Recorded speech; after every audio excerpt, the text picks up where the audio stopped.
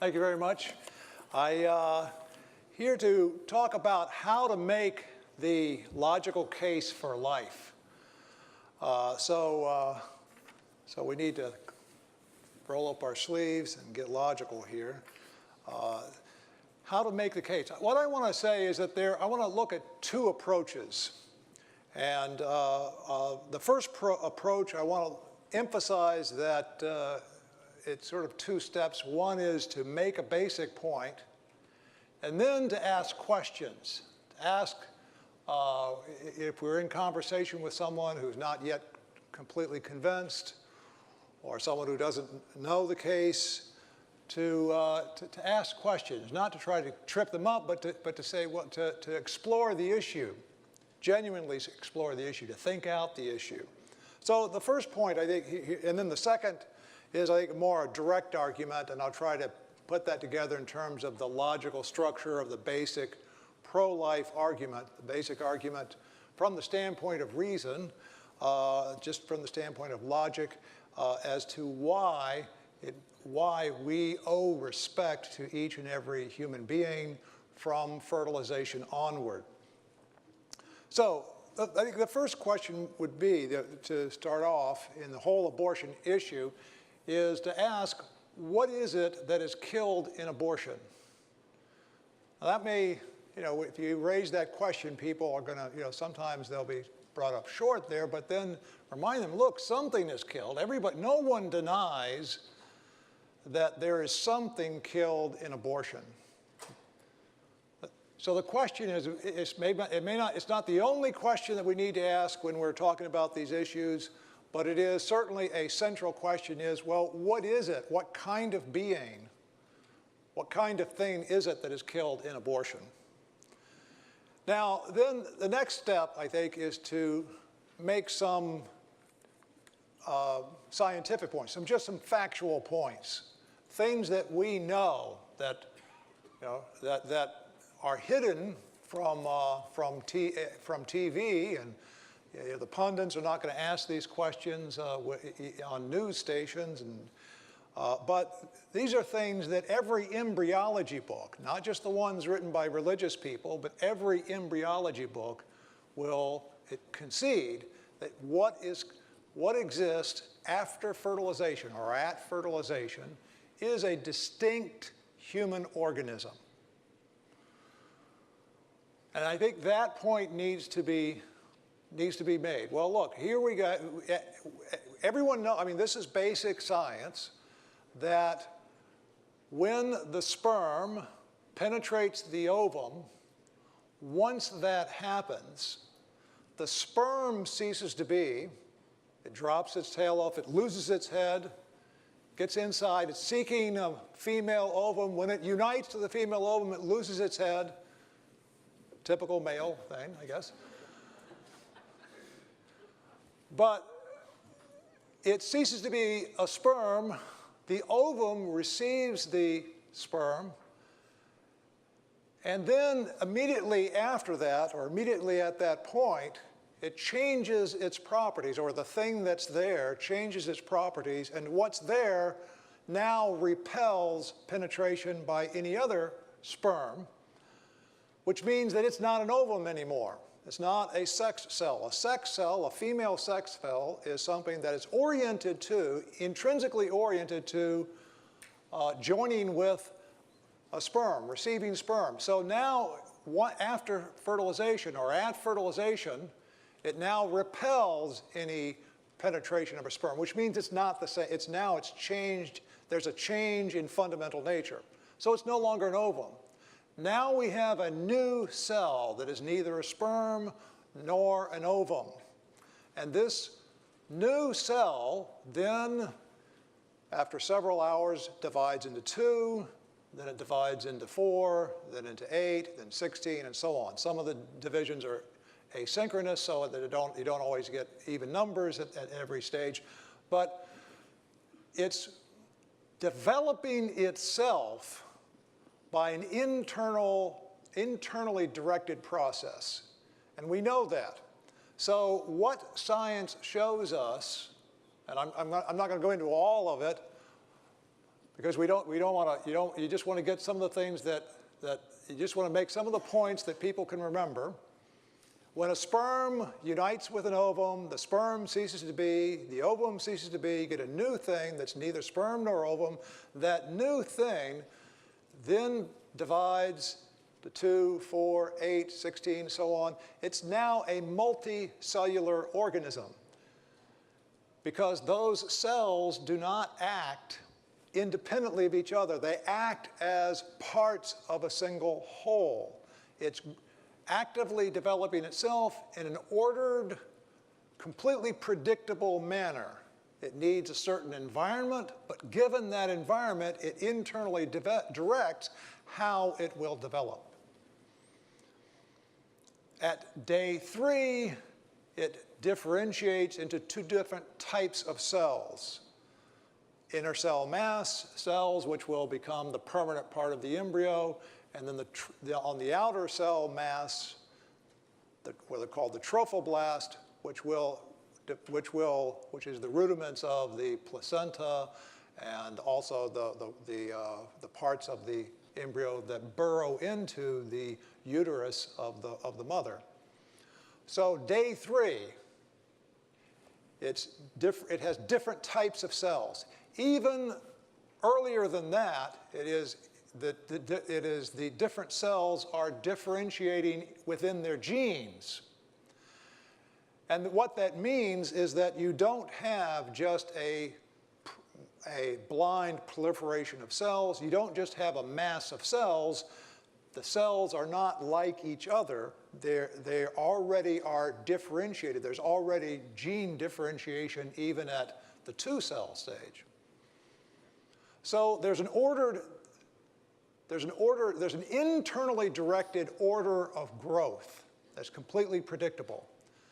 What that means is that you have a distinct organism, and it grows in accord with the genetic program that is within its cells. It's guided by that genetic program that is there from the beginning. So here we have something that has all of the information it needs to actively develop itself to the mature stage of a human organism. All of this is just something that embryologists, it's in all the embryology text. It has all of the information needed that's going to guide its ordered and sequential development onto the mature stage of a human organism. All it needs is a suitable environment and nutrition. So it has all of the internal resources needed to actively develop itself to the mature stage of a human organism, which indicates it already is a human organism, a distinct human organism. So that's something that's known. Then, of course, it grows. It differentiates itself into cells that are specialized to burrow into the placenta, to the uterus of the mother. Begins to implant on the wall at day 6. It differentiates itself into different layers that are the rudiments of the different body systems. By day 14, you have a beating heart. By the 6th week, you have a functioning, the rudiments of the functioning brain. There you have the brain functioning is not complete. Actually, the brain won't be complete until after birth. There's a great deal of development of the brain after birth. But the brain is already there. The rudiments of the brain are there from day 14 on. So and all of this is happening. The uterus only provides environment.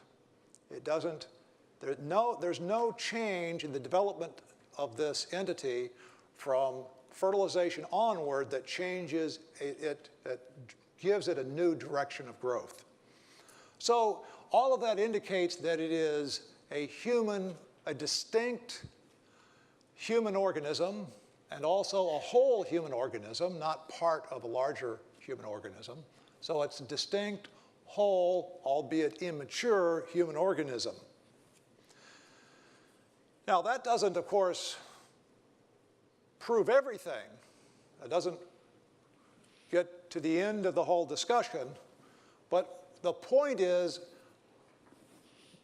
what's actively growing, what's actively developing himself or herself, because sex is determined from the beginning, so it's not an it, okay? What this being is a distinct human organism.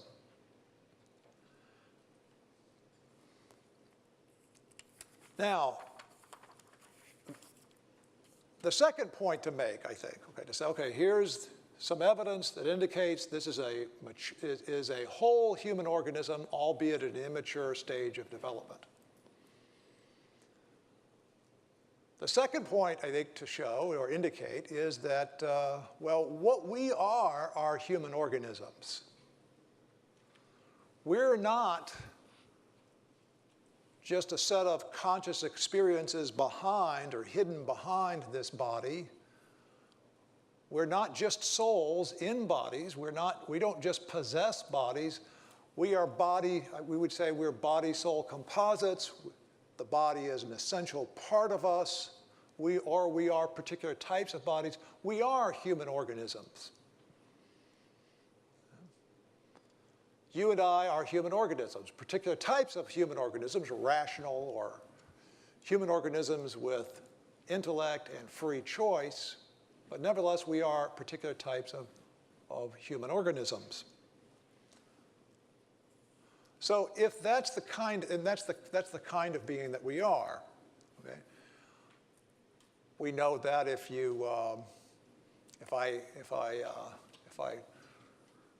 I'm walking and walking into a room and I knock something over that was on the coffee table, I say, excuse me. I don't say, oh, my body did that. Excuse me, I knocked that over. Okay? I knocked it over because my body is part of me. I am a bodily entity. Okay? So the human organism isn't something that we possess. It's not something that we are sort of buried within or something that we are hidden in. We are human organisms. Now that's an important point because that means that the thing that is in the womb and you and I are the same kinds of beings. Okay? There is some kind of sameness there. Okay? Yeah, they look very different from us. They're very much smaller than us. But there is one thing that is the same. They're human organisms, we're human organisms. The only way to deny that, and so of course some people will deny that, the only way to deny that is either to deny something that science shows, that embryology shows, or to deny that we are bodily entities, to take a sort of Platonist position or something like that. Okay, so I've made this, frankly I've made this part of it a little longer than I wanted to, but basically you can make the point a little quicker, is that first, science shows these are human organisms in there. What's killed in abortion? Well, some people will debate on whether it's a person or not, but it's certainly a human organism. And you and I are human organisms. So there's some kind of sameness there. Yeah, they're a lot different from us. But then those are the 2 points I think to lead off with. To say, yeah, those are human organisms, and also we're human organisms. So then the question is, now I think we should ask some questions. Why is it okay to kill them?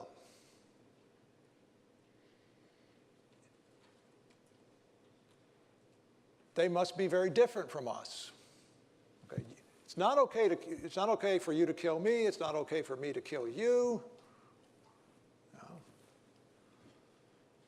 So, well, maybe it must be because they're very different from us. Well, what is it? In other words, if they are human organisms, then the person who says it's okay to kill this being the burden of proof is on this person to say, well, okay, show us what is different about this thing that makes it okay to kill it. It's not okay to kill. There are all sorts. There are several human organisms in this room right now that it would not be okay to kill. Right? But somehow, according to the pro-abortionist, I'm not saying that they're all. I mean, they don't always think these things out. Okay?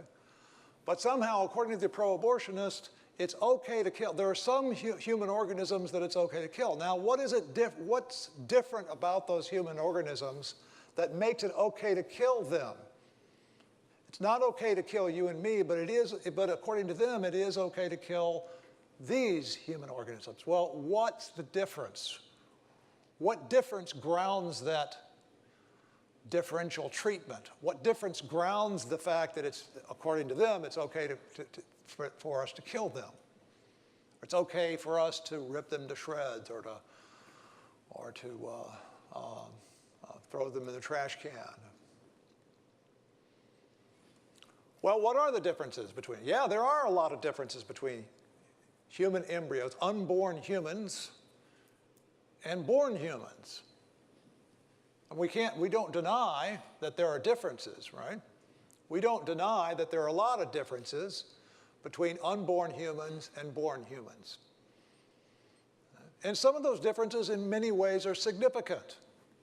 So then I think the next stage of the discussion, the next stage of the conversation would be this, to ask the other person you're talking to, okay, well, these are human organisms, we're human organisms, so then if you think it's okay to kill them, there must be some difference that makes it okay to kill them and it's not okay to kill us. What is that? Tell me what that difference is. And now they may not, maybe they'll come forth with an answer, and then we can examine that.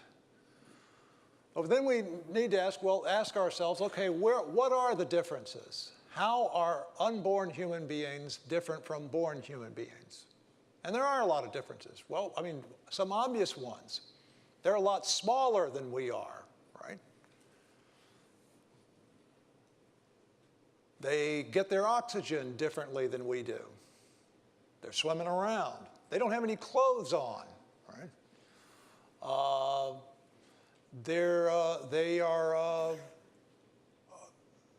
They don't have their lungs aren't yet functioning.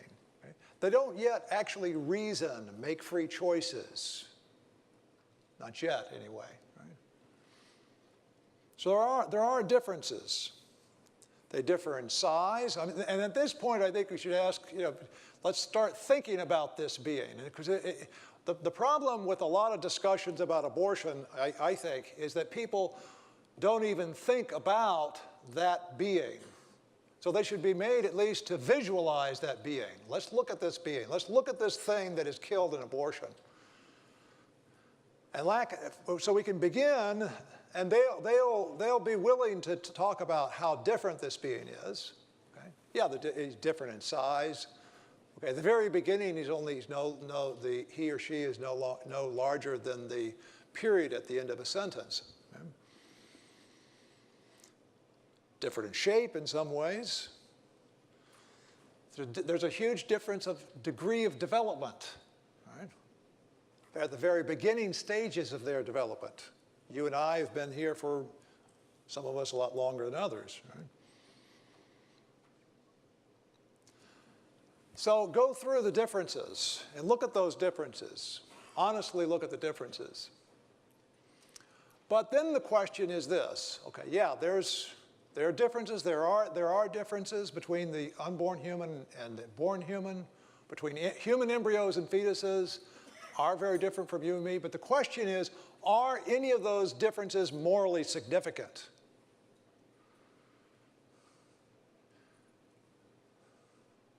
Yeah, groups of people, when there are groups of people being killed, obviously there's got to be some difference there.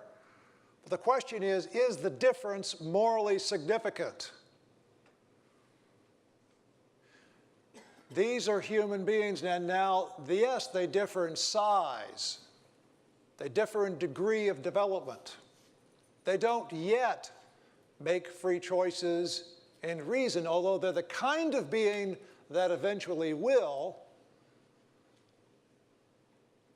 all of the ways in which they differ from us, that in some ways are startling. Yeah, they get their oxygen differently from us. Okay. All of those differences, though, are inessential differences. They're not differences that make you one kind of being rather than another kind of being. That's what an inessential difference is, of course, right? There is N, A-N. I have a Texan accent, so I have trouble with the articles, like and my A-N sounds like a N, I guess, just like, well, anyway, N, the letter A-N, and then essential. There is a essential difference between a dog and a human being, okay? And there are a lot of significant differences between us and unborn humans, but the question is, but the point is, those are inessential differences. They don't make us one kind of being as opposed to a different kind of being. Okay? Now, this doesn't by itself prove it, but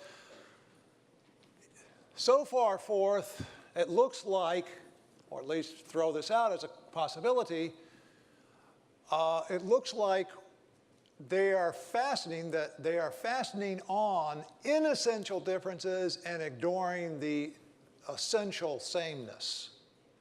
That's what happens in racism, sexism, and other types of bigotry. Now, it doesn't mean that the person that we are speaking with is always necessarily hateful and bigoted. They may just be confused. They may just not understand what's going on. But what's being done is ignoring of an essential sameness and fastening upon inessential differences. Differences in, we would call, accidental attributes. Accidental in the sense of they're not part of the substance of the thing, not part of the thing itself.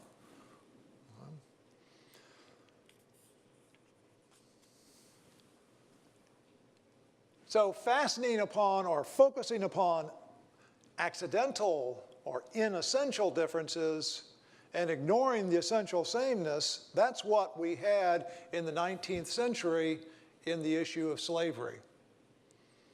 Because what's the point about the slavery issue?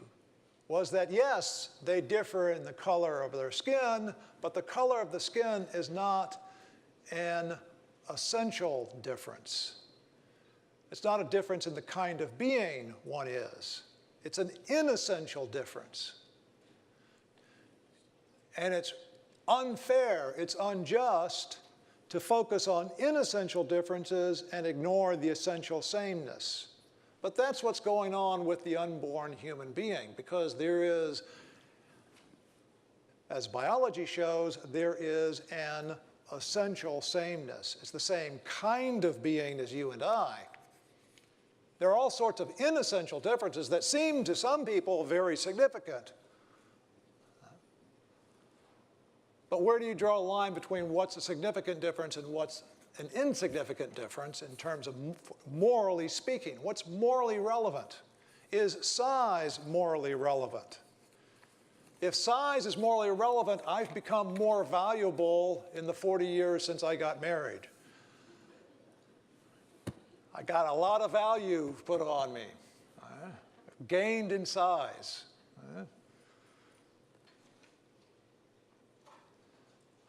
Is degree of maturity, is the degree of development, is that a morally significant difference? Why should it be?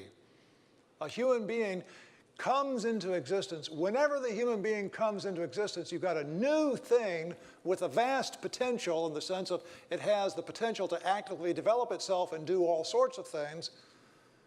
That's the thing that we are going to either help along that way to help develop himself or herself, or we're going to attack that being, ignore that being, or what? That being, that's what's valuable, not his or her attributes.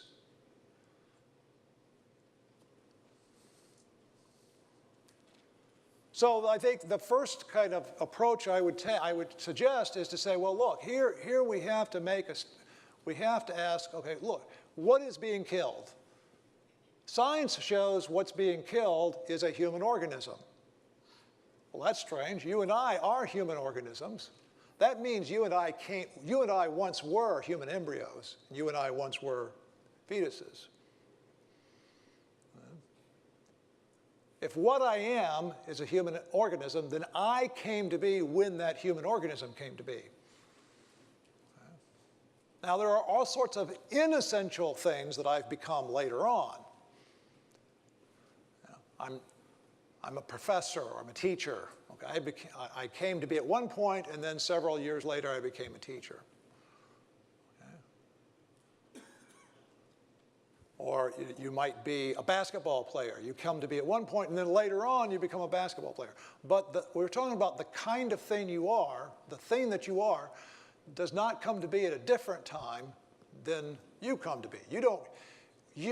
When the thing that you are comes to be, that's when you come to be. So that means if what you are is a human organism, then you came to be, you and I came to be when that human organism that we are came to be.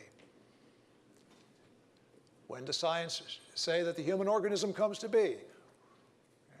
Well, when the sperm meets the ovum, and you get a new organism. And a new organism with the internal resources, all of the internal resources needed to actively develop himself or herself to the mature stage of a human organism. So it is a human organism, only at an immature stage. Okay, so it's a human organism. You and I are human organisms. So you and I once were embryos or fetuses. So the question's going to be also, now we could move on to this next point, I think, is to say, well, look, the question here is what makes you and I valuable? Are you and I valuable in virtue of you and me, in virtue of the kinds of things that we are? Or are you and I valuable because of certain attributes we acquire at some later stage of our development? That's what's at stake. Are human beings valuable because of the very things that they are, or are they valuable because they acquire certain accidental characteristics, certain inessential characteristics later on? That's what's at the stake of this debate. That's the same kind of debate we had in the 19th century. Are things valuable because we think of their education, we think of the color of their skin, we think of the way they look? Are human beings valuable because of the very kinds of beings that they are? So that's what I think. I think my suggestion is to make a couple of points. Okay? Science shows that these are human organisms. We're human organisms. And then to say, okay, well then show me the difference. That's a morally significant difference. Yeah, there are differences, but are those differences morally significant? Okay, the second kind of argument, the second kind of case, the second logical case, not unrelated to the first one, is the more direct argument. And here I think I can help you by just trying to lay out, this isn't original on my part, but I think I can help you by laying out the basic structure of the direct case and to make a couple of points about these significant steps. There are two fundamental steps, then there are sub-steps within those two steps. Okay? The two steps are, first, and I've already touched on this, is the question of is what is killed in abortion a human being, a human organism? Okay. And then the second step is, okay, granted that it's a human organism, is it also a human person? Because some philosophers and some people say, well, it's a human organism, but it's not yet a person, or it's not a subject of rights. Those are the two fundamental steps. Some other issues can arise, and we could maybe talk about those in question and answer. But those are the two fundamental steps. Okay, so the first step, and let me just add a little bit. I talked about some of the biological points that show this is a human organism, and this part of it is a biological point. The second part is the specifically ethical proposition. This is the biological point. Is this a human organism? And that's really a question. There are three sub-steps in that step. Okay? Three parts to that. First, this is science shows, or there are facts to show that that the human embryo or human fetus from fertilization on is a distinct entity. This is not a part of the organism. The human embryo or human fetus from fertilization on, from the zygote stage on, is not a part of the larger organism in which he or she resides. Okay? And how do we know that? We know that because he or she is growing in his or her own direction. Okay?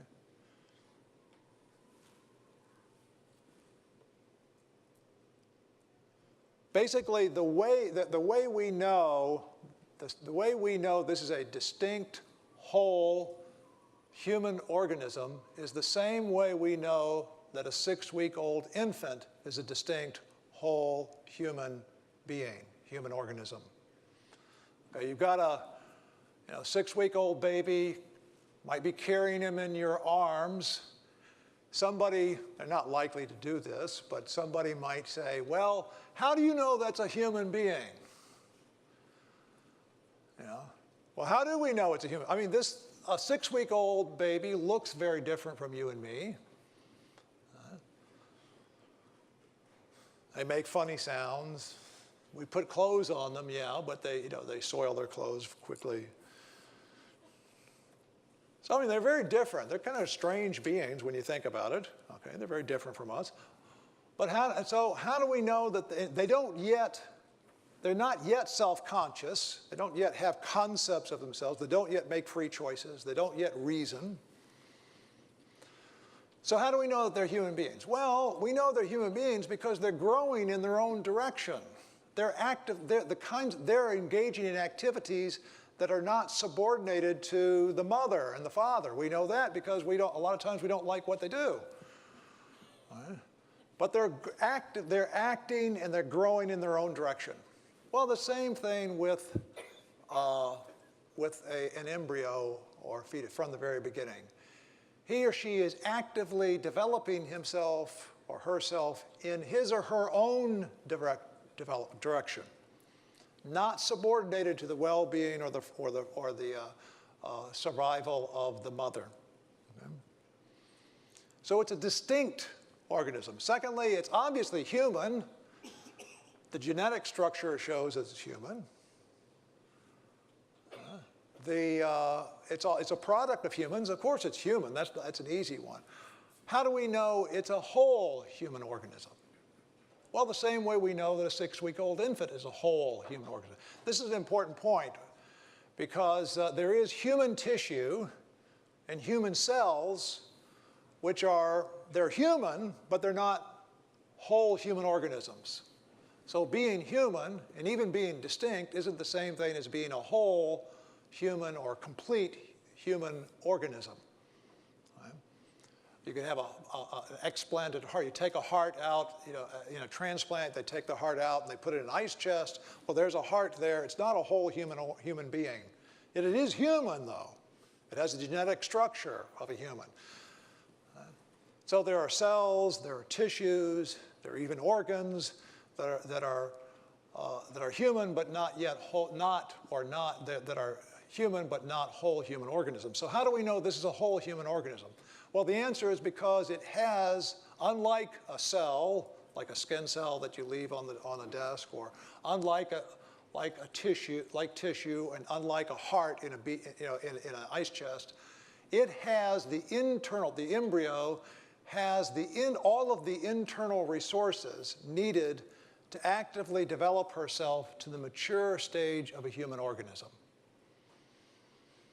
She is immature, yes, but she's still a whole human organism. The human embryo is not functionally a part of a larger organism. She is functioning, all of the different cells are functioning for the whole embryo and for the survival and the development of that whole embryo. Okay, so that's sort of my clarification on that first point, is to say, divide up the question there. There's 3 points that need to be shown. It is, and the biological facts show that it is distinct and that it is a human, obviously, and also that it's a whole human organism, not functionally a part of a larger one. So it's a human organism, a distinct whole, albeit immature human organism, the embryo or fetus. The next question is, okay, well, is this a person? Because some people will say, yes, I know science shows that it's a human organism. Philosophers, I mean, there are people who write on the internet and deny that it's a human organism, but in philosophical circles or argumentative circles, they usually won't say that. They'll grant, yes, it's a human organism, science shows that, but then they might say it's not a human person. And by that, they mean it's not a subject of rights. They might say that this is a human organism, but it's not a person because in order to be a person, you have to have self-consciousness.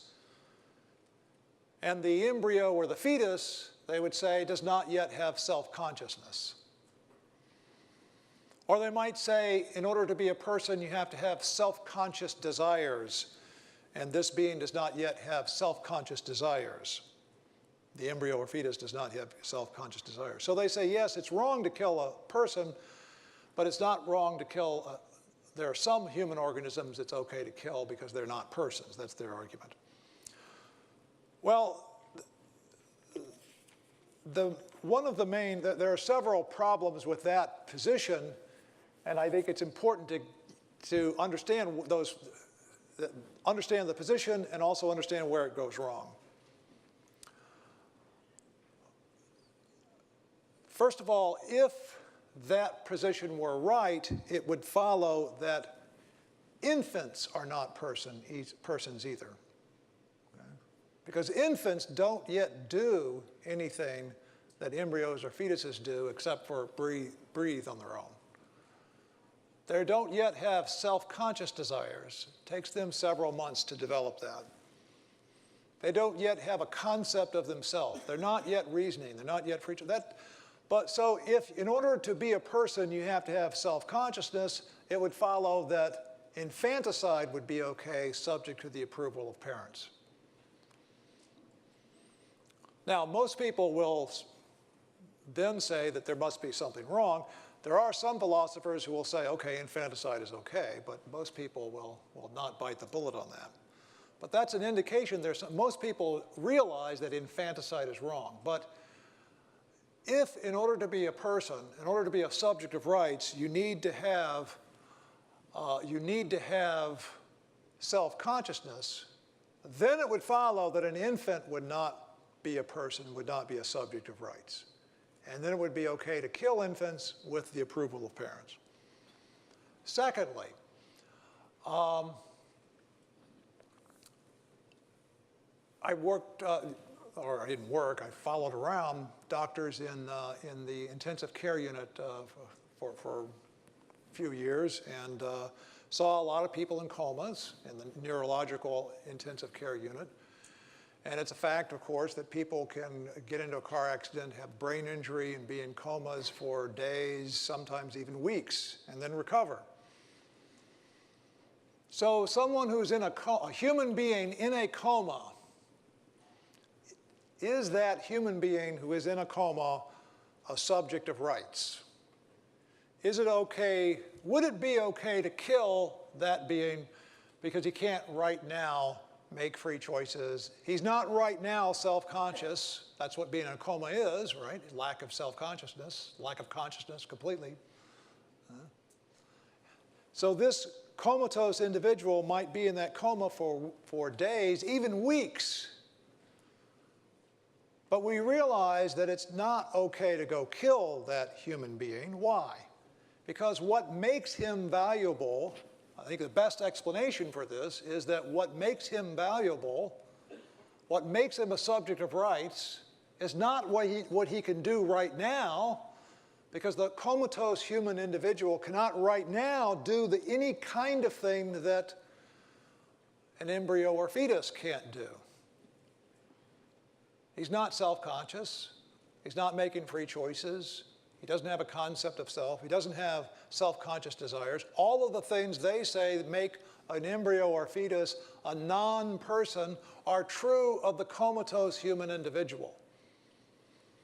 What does that indicate? That indicates that what makes someone a subject of rights is not the attributes that they acquire at some time, not a capacity to do something in the next several minutes or even the next day or two, but the fundamental kind of being that he or she is. Now, that comatose individual has what we would call, what you could call basic natural capacities to reason, make free choice, and so on. It will take him or her several days or weeks to get to the point where he can now actualize those capacities again. But he does have those capacities. It's kind of like now, I don't know, is there anybody here who can run a marathon? We got one or two. We have a lot of kids back there. I don't think, okay, now there are some, okay, we got one or two who could right now run a marathon, but I think we probably have several others who could, but in order to run the marathon, they would need to train for it. Now, I don't think I could ever run a marathon. I think at one point I was at a stage where I could have, but now I've had a knee replacement, so I'm off the list. But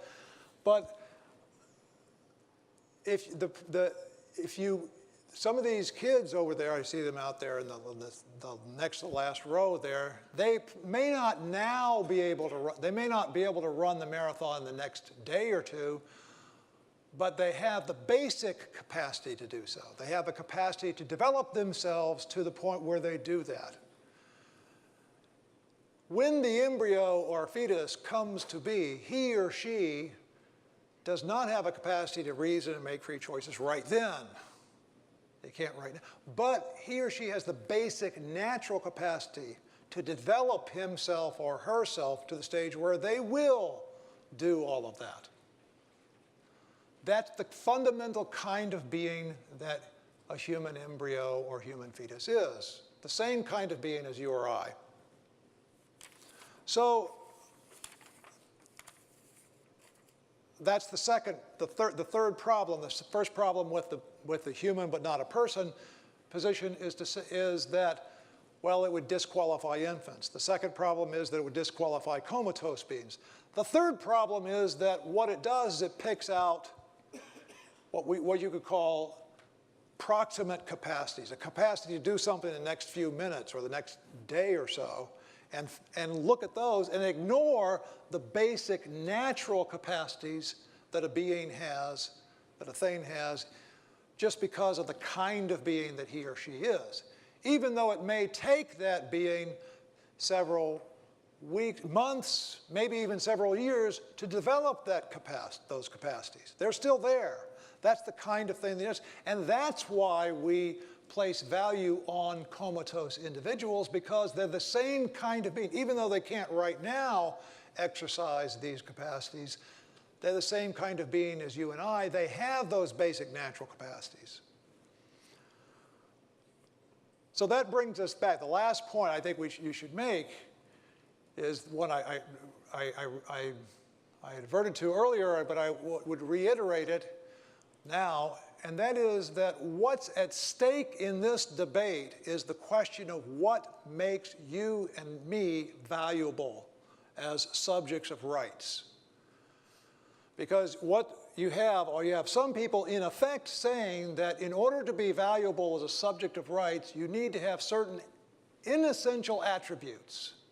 And we're saying that no, in order to be valuable as a subject of rights, it's the kind of being that one is that counts. It's you don't have to be, as long as you're you, it's you that makes you valuable. It's me that makes me valuable. It's the person you are, the thing that you are, not the attributes that you acquire at certain stages of your life. So you are valuable as a subject of rights then, or every person, every human being is valuable as a subject of rights from the moment they come to be and until they cease to be. They don't lose their rights before they cease to be either. That's what was at stake in the debate over slavery. And what we said there was that every human being has equal fundamental dignity, no matter what the color of his or her skin. Now the question is, does every human being have fundamental dignity despite his or her size? It's the same sort of question. And that's one I think I would focus on. Right? So I hope there are some questions or comments, and we have some time for that. Thank you.